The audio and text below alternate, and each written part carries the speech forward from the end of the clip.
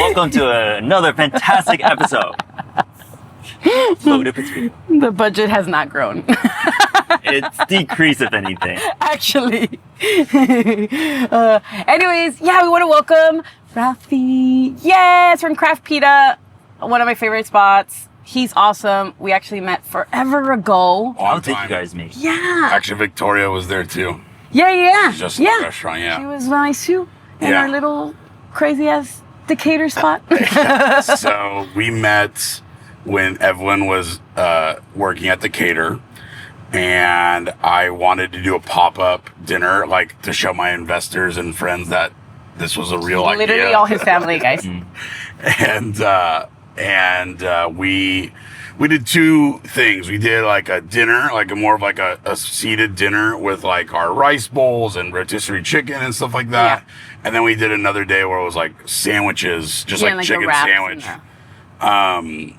And I'll never forget it because I worked for the previous 4 years in Austin working for Papa's. And I didn't really have, and I had worked in restaurants in Houston before, but it was only for like a year and a half, 2 years.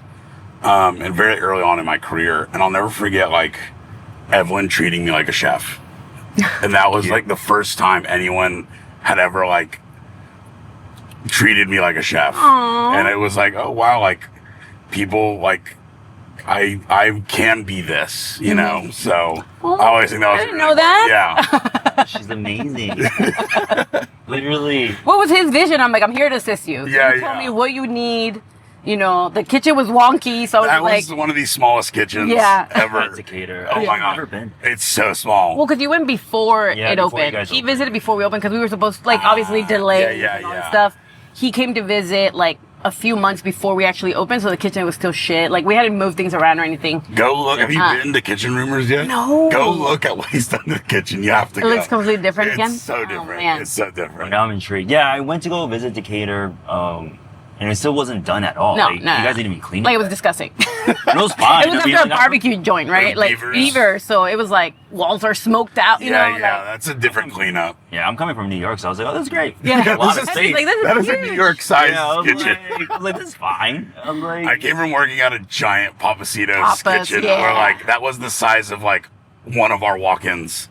And I was like, okay, I got to figure this out. And we were still in the middle of build out and your mom, I remember your mom. It was my mom's first time like working in a professional kitchen, so she was learning a lot. And yeah, I mean, that was kind of the moment that started all. It was like July, it was hot. But that was like one of the first times we met you. And then a few years or whatever, like maybe a year and a half later, when I found out you were going to go on Top Chef, I was like, oh, she's going to be fine. Because I saw like Evelyn's hands in the kitchen. She's like a ninja. She's like just grabbing stuff. And I feel like going on those competitions, like you have to just move. yeah. Just don't stop. And The kids never really seen us work before. And then when they saw Evelyn work, they were just like, what the fuck? They're like, how do I even help her? I was like, I don't need her help. You know? get out of her way? you kind of have to be a one-man army. Beastly. No, I know. Well, one, obviously, experience, right? Yeah. And just time in the kitchen. And then two, when you just really enjoy it, you're just like, Of course. how can I become more efficient? How can I become quicker? Like, it's just, and I love cooking. And anytime I get to do it, it's just like, let's go. And I think the good thing about that Decatur experience for you, it was like, when you are doing the pop-up thing, like you are hosting pop-ups and you are helping people, you have to be ready to do everything. Yeah. And I think, it's funny also with Decatur, like that idea, I truly believed in it. Like You were, by the way, very ahead of the But curve. yes, way ahead of it. But unfortunately, me stepping away, like the structure for it to work without me wasn't there. No, you need someone strong to kind of hoist these people up. To just give, like, hand off what I was doing. It was too much for anybody 100%. to take What on. was the whole idea of Decatur for people who don't know? Yeah, like it was. I mean, let's 2017, 18, 2008, 19. Okay, right before COVID. Right before COVID, yeah. It was a restaurant, fully equipped restaurant with a bar, and the whole idea behind it, for the owners, was to use it as a platform to have rotating chefs come in and do like some sort of residency, in the space. But it's very, very divided. It was just like the kitchen and then the bar, but then there was no one like overseeing the whole project as a whole. And then that's where I feel like it didn't make sense. But that experience for me helped me a lot to create Third Place. For our idea to actually like come about, because we were doing pop-ups, but then also understand that like this will work, but because the infrastructure of June is here and because we run that project, you know? I think when y'all told me you were going to do the pop-up idea, I was like, oh, I mean, that experience you had, I think, was going to set you up for success. Last random story about Decatur. There was there's a guy who emailed me like a few months ago. They had their first date at one of the pop-ups and they got married. Like I don't know how many years later. Yeah. And the guy was like emailing me and being like, hey, can you like, do you have any pictures from there? I want to like show it to my wife. I was like, I know. Yeah, I was like, we were. That's an awesome story. I'm like, we weren't that great at social media now. We're not that great at social media then, you know? Yeah. No, that's so funny. But then, I mean, from there, I remember your rice, the chicken. I'm just being like, a lot of it's the same stuff. So delicious. Yeah. So for me, like, kind of experiencing that with you with your first pop-up, I was just like, man, they're gonna kill it because it was so good. And then like the Peruvian aspect of like the chicken with the Middle Eastern flavors, like it was just so good. And I remember like just the food being so good, and really excited to meet you and your mom. And then, I mean, now there's 2 craft pitas. Oh, we got 2. Looking for the third one. Yeah, I was just like, what are you? We're looking. Okay. We're in the real estate search right now. Looking here in the Heights, in the general area next to you guys. Come to the hood. Spring Branch, West Side, kind of energy corridor-ish area. I mean, energy corridor. There's so many people moving out there. A lot of businesses. I live out there. I live over there on Bunker Hill and I-10. Nice, and there's a need for thankfully there's a lot of great restaurants that have been opening up in that area lately. But there's still like need for that fast casual. There's a need for a fast That is casual, not specifically Middle chain. Eastern. Yeah, that's not one of the big chains like Fadi's or anything like that. I've learned it takes me about 2.5, 3 years to get a craft beat up and running, and I think as time goes on, that'll go faster and faster. Looking for a third store. It's exciting. Yeah. And growing your family. Got a baby on the way, and exciting. Probably, I don't know when this is going to air, but You're like, I might have a baby, I might not. I don't know. So managing, a multi-unit business with a family is going to be very different for me. I think the hard thing that people don't like really, obviously you can't prepare for it, but like, I don't think people understand like when you do run a business, how much time you're physically in the building. Yeah. And like, how just the fact that having a family that you have to pay more attention to, like, will take you physically out of the building, but it's a good thing. I've learned that like, I have to take my hands off the wheel. And I learned that going from 1 store to 2 stores. Yeah, I was just like, and it's, step 1 for sure. And it's easy to be in 2 places at once. That's for 15 minutes away. But going to 3 places at once or being out of the building to take care of your family is going to be a good thing for the growth of the business. So you're like, it's going to grow, I'm going to grow. Yeah, exactly. Change. Yeah. Change. I don't think people realize how much we all sacrifice for this Big industry. You know what I mean? And now, you're growing, we're all growing, you're growing a family too. I was like, so different priorities come into the forefront now. And then now we have to grow our business in a different manner. I was like, and like a shift. Yeah. And at the end of the day, it's just like trusting more people. 100%. Which is so hard. It's very hard. And I think you have there to. are chefs out there that like hold Still, like, every recipe, Yeah. technique. They have to work the past. They're the only one who can work the past. And I never built Craft Pita to be built around myself. But to your point about the sacrifice, like and handing off that responsibility, like that is, I do think to start your business, you do have to beast through that, and you do have to lift it and do it all yourself. But if you do want to grow your business, you have to teach yourself how to become a manager. Yeah. More than a chef, right? For sure.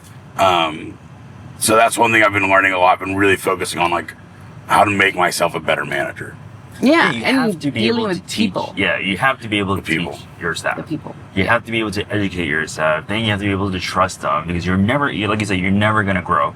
No. beyond what you're doing currently. Like if I you're was physically capable of. because if you're the only one keeping Without this you. business alive, then I was like, it's never gonna go beyond you. Yeah. Mm-hmm. I basically have spent like the last 6 months of my life like de-Raffing my business, and it's a you don't realize how much you do. Yeah, no. Until you intentionally like, oh, I am basically the catering manager. I am basically the one who talks to our vendors, and I'm like, I need to have my managers do all these conversations, and Yeah. I can't be the one driving the catering van anymore. And they're gonna make mistakes, and you have to be okay with that. Yeah. It's never gonna be as good as I mean, they're like doing we it. didn't have a general manager for a very long time. Yeah, y'all split up that duty between the two of you. You know, I was like, it was just like there was partly a trust issue, it was partly honestly there's just not enough work to go around, and then eventually we're just like, you know what, like we need to focus on other aspects Yeah. Yeah. of the business. I was like, you know, especially going to our third year, I was like, so we should need to look into a general manager to do the daily payroll, the hiring, the firing. You know, I was like, and it's that I just can't like not so much waste my time on, but it's just like I just can't spend time on this anymore because I Yeah. need to do other things. Yeah. There. And like you were saying, I think as operators, like it is priority. We're always like, oh, the cooking's the fun part. It's like prioritizing, like how do I take care of myself and work on myself to take care of my team so then they 100%. can actually make my life easier. Yeah. Like that's the goal. You have to create Like I something. need you to make my life easier. Yeah, I was like, you have to create something I'll sustainable. tell that to them. I'm like, I need you to make my life easier Oh, we say that all the because time. we got 1,000 things going on. So I need you to take care of this one thing. Right? Yeah, when the cooks are just like, oh, can you show me? I'm like, absolutely. Yeah. And I was like, because I'm not trying to do this every day. Yeah. I was like, yes, I would teach you these techniques and I'll help you Yeah. perfect it. You know, like one of our cooks never made meringue before. And I was like, yeah, I'll show you. And I'll show You're like, you I'm going to again. make meringue every fucking day. I can do it. I was like, I don't have to do it. I was like, I know how to do this. Yeah. And it's like And it's the, exciting for them too. You know, they're like, oh my God, I get to do something like different now. Having to Learning be something. autonomous hopefully teaches someone to like really want to own what they're doing. yeah. And if you're holding their hand the whole time, they never feel like it's their restaurant Mm-hmm. or it's their pass or it's their kitchen or it's their pastry program, Yeah. you know? And the other part about this I've just learned is like, you do have to invest. You have to spend money. Like you're never going to be able to train those other managers until you like set aside that budget. And I think that's the hardest part as a startup is like, do I have the money to train somebody and not be a position in the restaurant for X amount of time? Yeah. And that's what I just did this And it last, equals dollars. and it equals, it boils Well, down to then you, money. like, yeah, and then you think Yeah. about it, you're just like, man, I could do this in 5 minutes. Yeah. But now they're taking over an hour to do it. If I get it, I was like, Yeah. It's a learning curve, you know what I mean? Yeah. Like, it wasn't that easy for me a couple of years ago, and now it's like brainless work. And so you have to tell you're essentially teaching yourself too, where it's like, Yes. like, okay, you have to be okay with this. I was like, it's gonna hurt now. I was like, but it's gonna pay out in the long run. And can you explain it to other people? Can you explain does that recipe make sense to anybody that reads it? You know, does that process, I've been like really coaching my team, like we can have all these policies and all these processes and they can be written down on a bunch of papers. But everybody reads it and But does process it everybody, differently. and are you teaching everybody? Yeah. Are you like communicating it to everybody? And that's the hard part. Is like you think that you teach them once, oh, it'll be good forever. It's like no, you got to go back to that well again and again. I am always like tapping. Yeah. I was like, remember that? They always So they don't like, you know, no one likes working near me because like I'll be doing my thing because like honestly like prepping is brainless work, and then I look over, I'm like, what are you doing? yeah. What are you doing? What are you doing? I've always been told the phrase. I feel like I'm like a cat. I'm just like tapping. At Papa's they taught us the word constant coaching. Yeah. And when someone, and then I had a manager one Literally day what it is. tell me like, you should be firing off 60 commands in like 2 minutes. I was like, that's God damn, crazy. yeah. I was like, Whoa! I was like, and then I was like, actually, if you're like in the middle of like the shit in a shift, you're like, hey, go pick that up. Hey, go run this. Hey, go that. And I was like, oh, I can actually get to 60 pretty close. It's not- you're like, okay, I'm gonna it's start not that counting. crazy. It's not, Tick. yeah. I need a clicker. Start counting today. Nah, yeah. And on guys have your Expo, clicker. I'm gonna be like, Yeah. You'd be surprised how many things like in like the middle of the weeds you are firing off, hey, do this, hey. But I think some people lack the confidence to like pull that out Yeah. of them. And that's what you have to teach your managers how to do. For sure. I was in a random segue, but we did a pop-up outside in a different kitchen, and we were just like doing the food, and then they were running the whole thing. And like their expo, their servers and everything, and then the expo and the servers didn't talk. And then I'm just like, but how? All I fucking do all night is talk to everyone all night. Like I go home and I was like, let me just sit in silence before anything else happens. I've always found that very fascinating going to certain fine dining restaurants where like the level of professionalism is that we don't talk. But I'm like, Well, I no. grew up in an environment, like a kitchen environment where like if no one's talking, nothing's getting done. Like something's wrong. Yeah. Like, Well, there's, like, how do you know? Yeah. What if this person's eating really fast? What if it's really, really slow? Like, what if there was an accident? Yeah. Like, what? Which I was You know? like, I want to know how fast they're breathing. The pace that they're breathing, the bites that they're taking. Are they really talkative? Because then they're yeah. taking for fucking ever. Do they hate themselves right now? It's like, are they not talking to each other because I'll start sending this food out faster to move this data along? Yeah. That's literally legitimate questions that we have. No, visual cues are so important. Like, That's what I tell my staff all the time. I was like, you need to be able to observe the room. I was like, good service to me doesn't mean you have to be on top of them. I was like, Yeah. you need to be aware of the visual cues that guests are getting. Like, is that girl miserable? Get her out of this gate, you know? Should happen. it's something as simple as like, I always tell my team, if someone's hands are in their lap, they're clearly not eating. Yeah. Like, if their hands are here, how are they going to put the food in their mouth? Like, no, Yeah. that means they want you to get that plate out of their way or ask them if they want another drink. Like, just you have to, They want something. use your human, and that's where like hospitality is like, you have to see how people are feeling without like even talking to them sometimes. Yeah. It's a connection. For sure. You Yeah, have to be able to connect to strangers really quickly. Yes. And that's what I try to teach our hosts, our servers, and everything. I was like, because like some people don't want to be bothered. Yeah. Some people do want to know 100%. everything. Yeah. I was saying we equip our staff well enough where like they could give all the information or no information. You know, I was like, but still be present. We have that happen a lot because we do so I mean, you do much. some service We too, do, right? so we do full service. We started that in August. Yeah, 'cause I on remember- Friday, Saturday, Sunday. There we go. And it's gone really well. People are ordering So more. people sit down and Yes. So, and all I did was like, hey, like told my team like, hey, we're going to put like napkins, silverware, and small plates on the table. We're going to sell more appetizers. We're going to sell more wine. We're going to sell more desserts. Y'all are going to make more tips. And it's worked out great. Okay, we're going to try and do it every day now. Ooh.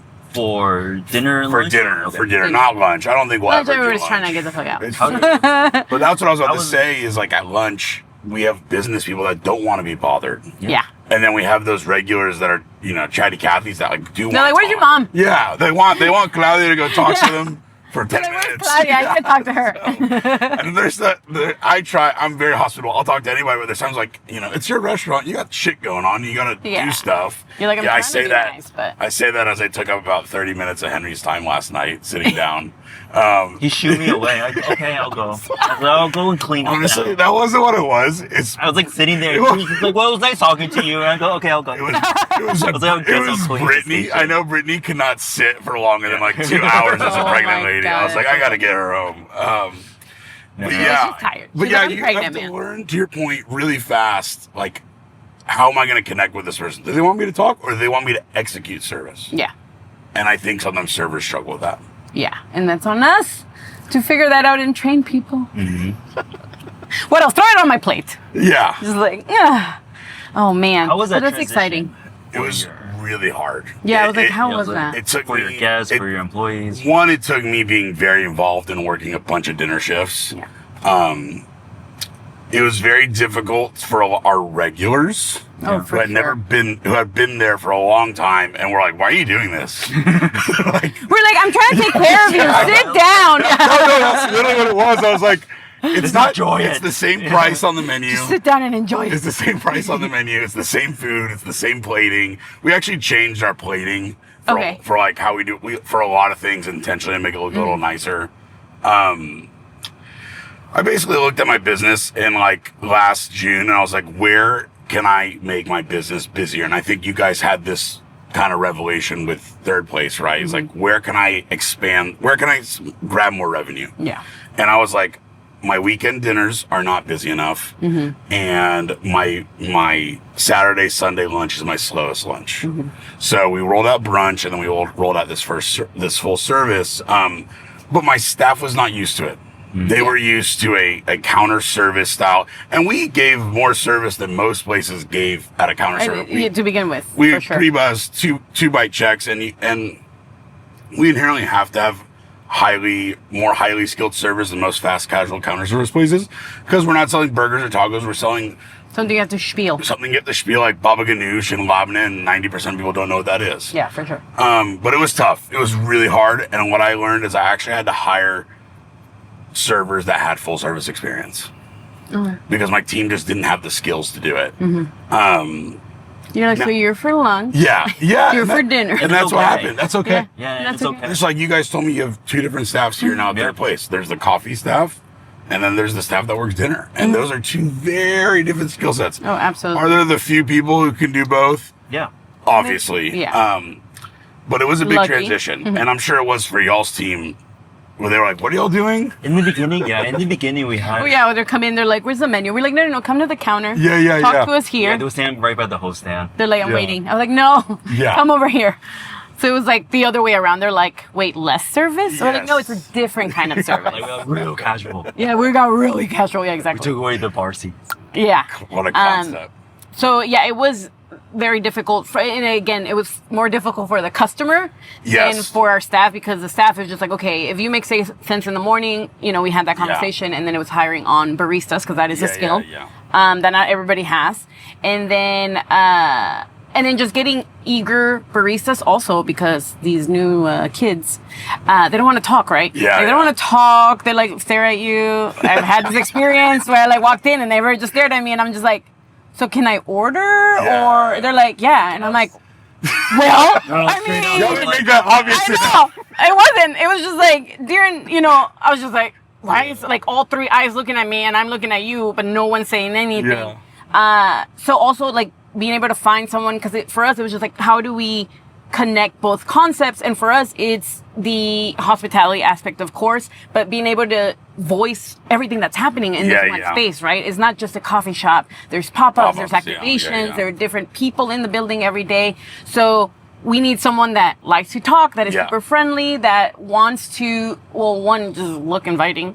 Yeah. One, and then two, being like, hey, welcome, have you been here before? And do that, because not all baristas do that. It's not just a normal coffee shop. Exactly. So it's also like trying to find who makes sense here. Is like, at the end of the day, that process was like heavily on me to like turn that wheel. And I'm sure it was the same for you guys. And that's why it's hard to do those kinds of things, because you're like, why am I going to spend all this time? And by the way, you have to spend some money. Y'all bought the signs. Yeah. You bought, I'm sure, other coffee things that you didn't have before.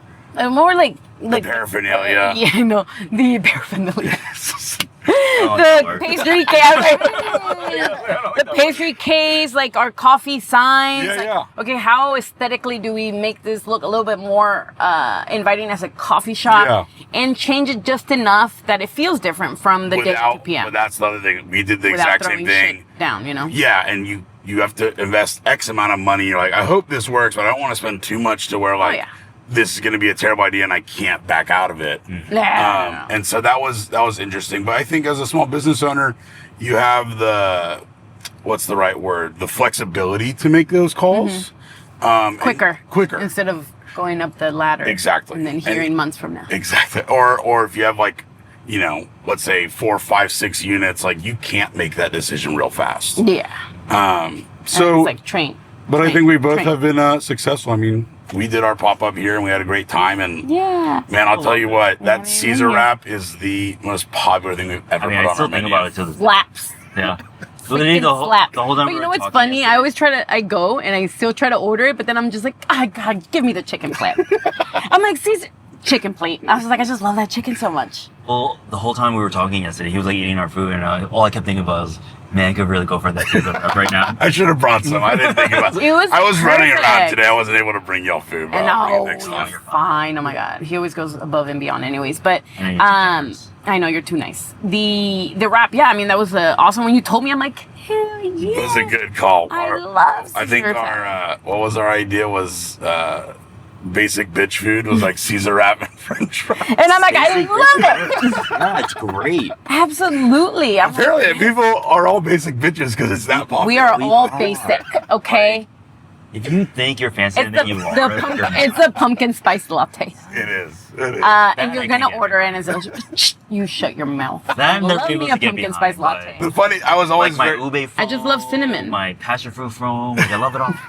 I love it. Peanut butter. You're foam. like pumpkin spice? No. I was so hesitant to do it initially because I really try to find this balance of like serving.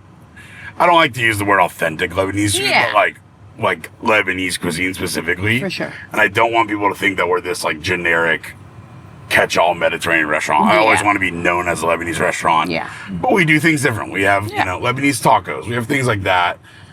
And I didn't want people to like I'm also Peruvian. yeah. Like, that's also in there. Peruvian, also Peruvian. It's in there. Which we'll get to opening that one eventually.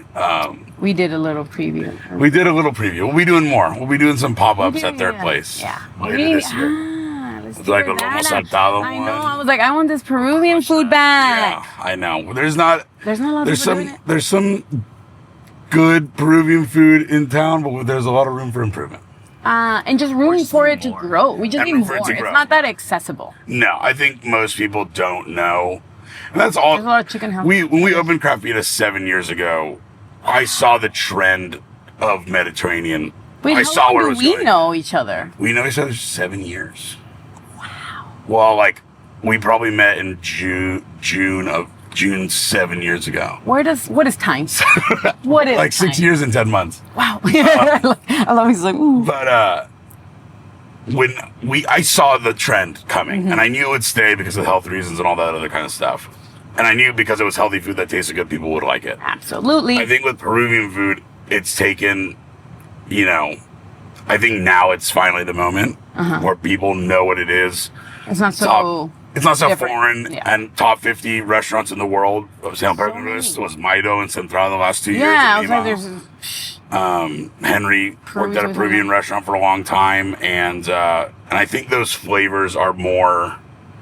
I was eating y'all's food yesterday, and I was like, some of these dishes I can't tell if they're Asian or Latino, and I love that about y'all's food. I was like that. Yeah, We do blur that. lines. We I blur think- all the and I think lines. Peruvian food is like the definition of blurring lines between Yes. Criollo food, Yep. the Nikkei cuisine, the chifa, the actual like Peruvian Lima food, and I think people also dig it here because of the seafood aspect of it. Yes, and also Houston. Houston's also just so open to blurring the lines They because are. we are exposed to so many flavors. You Yeah. know. I think For this, sure. Yeah, I've said it so much. Like Houston is changing, and now more than ever, Quickly. Totally, 100%. Quickly. all this different food genres and everything. There's more people moving here. People who've been here who want to try new things too, and I think that's why June's so successful. That's why Craft Pita is so successful, and everything that's happening. I think like what Nick does down the street, Nick Wong at Agnes and Sherman, I think is Yeah. also a really Yeah. good example of that. And I think I sent some friends there, my godparents, and they described it as weird but delicious. And I was like, I think that's Hey. literally what Nick wants. Like, I mean, like, that's very exactly- much Nick. I was like, I think blurring the We lines. need to get him some shirts. Yeah, we'll get him some. I think blurring the lines is, to your point, I think Houstonians are more like okay with that than most places. Yeah, for sure. And I think that's what makes our city so special. It does. And it's so welcoming of all Yeah. of that. And yeah, I'm just like, what lines, what box? You Yeah. know, we love blurring that and showcasing that. It connects so many people through food, but also just how it blends together. And to us, we always say it all the time. We're just like, it just makes sense. I'm not Yeah. like grabbing No. two things to mash them. It just Yeah. makes sense. You're not like trying too hard. Yeah, Check exactly. out Craft Pita, Yeah. our episode, Come on by. and thank you guys. And have that basic Caesar salad wrap for me. Thank All right, you. thank you. Thanks. Thank you, Raffi.